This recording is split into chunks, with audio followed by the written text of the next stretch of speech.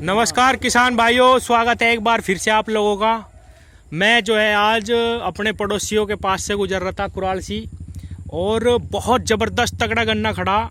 मुझे लग रहा बड़ा खेत है, 5-10 बीघे के आसपास होगा, और किसान भी मुझे यहीं मिल गए। बहुत बेला ही खड़ा जी, और इतनी मोटाई गन्ने की मैंने बहुत ही कम खेतों में देखी। मैं आपको दिखा देता हूँ। तो माइक तो आज है नहीं, आप थोड़ा सा जो है तेज़ बोलना भाई साहब। आप कहीं पे भी हो लो, कोई दिक्कत नहीं, मैं आ जाता हूँ। मेरे हिसाब से 15, 16, 17 फुट के आसपास गन्ना है। आ जाओ जी, इधर को आ जाओ। देखो किसान भाइयों, फ्रेम में लाने के लिए मुझे आसमान की तरफ को फ़ोन करना पड़ रहा। तो सबसे पहले तो भाई साहब, वो अंकल जी, आप ये बताओ अपना नाम और गांव का नाम थोड़ा तेज सी बोलियो। नाम ब्रजपाल, गांव कुराल से। अच्छा जी, तो आपने इस गन्ने की बुआई किस टाइम करी थी?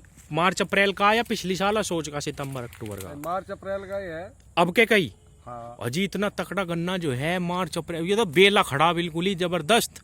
अच्छा, 28 इंच पे वो रखा, 30 पे वो रखा, या चौड़ा खूड है वो? 28 इंच पे है जी। 28 पे है। हाँ। 28 इंच पे पड़ेगा या सूखेगा? पड़ेगा है। अच्छा, पड़ेगा है।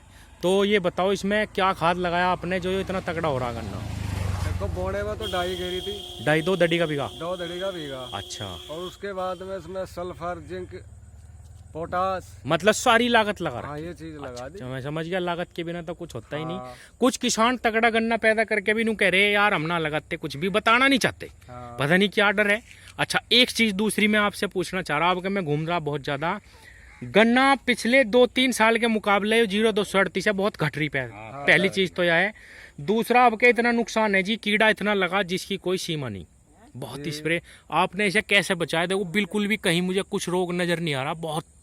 और सबसे बड़ी बात है, मोटाई गन्ने की बहुत जबरदस्त तगड़ी है, बहुत मोटा गन्ना। हाँ जी। तो इसमें स्प्रे वगैरह करवाई आपने? हाँ जी, स्प्रे करवाई थी 2-3 बार या 2 बार करवा दी। 2 बार करवा दी। अच्छा अच्छा, बहुत बढ़िया। और एक चीज और, बंध रहा जैसा ये अपने आप ही बंधा या बंधवाया होगा? बंधवाया था जी। अच्छा अच्छा, तो वो कितना लिकार्ड मान रहे हो जगह बीघे में? ये लगभग 100 लिखड़ सके। 100 तो जरूर निकल जाएगा। अभी तो मेरे ख्याल से 2 महीने बाद गिरेगा यो, 100 तो जरूर निकल जाएगा। और कोई स्पेशल जैसा देसी खाद डालना हो कूड़ी का, जैसा इतना तगड़ा हो रहा? बोने तो पहले देसी खाद गिरा था खेत में। एक बीघे में कितने लगा दिया होगा बुग्गी के हिसाब से या ट्रॉली के हिसाब से? 1 बीघे में 2 ट्रॉली, 7 अच्छा। गना था। हाँ, अब है ना असली चीज पे जो है क्या इसमें पड़ा। मैं किसान भाइयों जो है आपको बता दूं, जिस भी किसान का मुझे बहुत तगड़ा गन्ना मिलता है, या तो वे हरी खाद का प्रयोग कर रहे हैं, बो के पहले उसे काटते हैं, फिर उसे सड़ा के तब बोते हैं, या आलू का खेत होगा, या फिर जैसा आप बता रहे देसी खाद हम बहुत ज्यादा डाल दे जो कोई, उसका गन्ना अलग ही रहे जी। है ना जी। हाँ। तो देसी खाद पे अब आप आए, अब आप बता रहे, देखो भीतर घुसने का भी रास्ता नहीं, लोटपोट हो गया किसान भाइयों। और मेरे हिसाब से 15-16 फुट के आस, 15 तो 14-15 तो जरूरी 15 फुट है ना। हाँ। 15 है, और चारों तरफ से ऐसा ही है, बिल्कुल जो है तगड़ा गन्ना खड़ा, ये देखिए। अच्छा, एक सलाह और आपसे मैं लेना चाह रहा, ज्यादातर रुझान अब जो हमारे गांव में भी और आसपास भी ट्रंच विधि पे चल रहा, चौड़े खूड पे बोड़े लोग बाग। हालांकि आपका गन्ना देख के मैं तो आपको कह भी नहीं पा रहा कि भाई ट्रंच पे आइयो, लेकिन उसमें भी फायदा भी है। जैसा अब यो गिर गया, अगर चौड़े खूड हो कभी भी उसमें घूम लो, स्प्रे कर लो, कुछ भी बहुत फायदे बहुत है, ऐसी बात नहीं। और गन्ना मोटा भी होता है। तो आपका क्या विचार, आपने देखा कहीं ट्रंच का बोआ? हाँ बिल्कुल देखा। तो कैसा लगे, बोना चाहिए या नहीं?